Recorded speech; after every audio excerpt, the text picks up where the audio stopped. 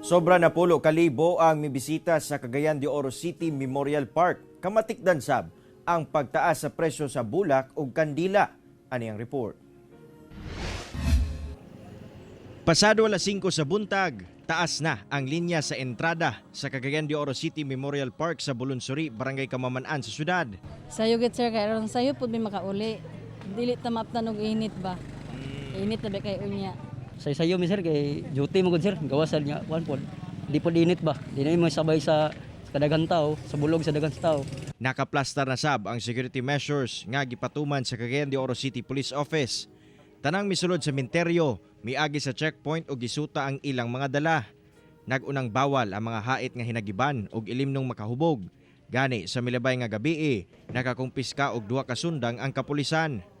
Bawal sab ang pagsuot og hoodie jacket, sunglasses, kalo ug backpack.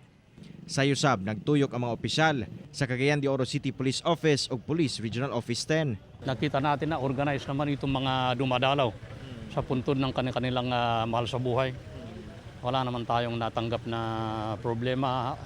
Kahit yung sa the whole of Northern Mindanao, wala naman tayong naitalang problema. Matod sa Klenro, buntag pa lang miabot na sa napulo kalibo ka mga Cagayanon ang mibisita sa City Memorial Park.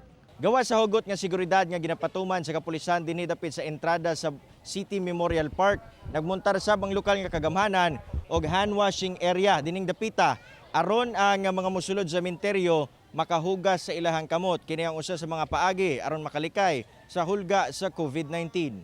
Giasikaso sab sa Klenro ang pagsiguro nga adunay mga suga sa palibot sa menteryo. Tungod na siya sa kuan, makita nato kung wala ba'y nanago nga mag-overnight. And then security reason pod aron nga wala gid tay angay kabalakan kung mobisita ta dinhi sa Bulunsuri. Kamatikdan sab ang pagtaas sa presyo sa bulak ug kandila.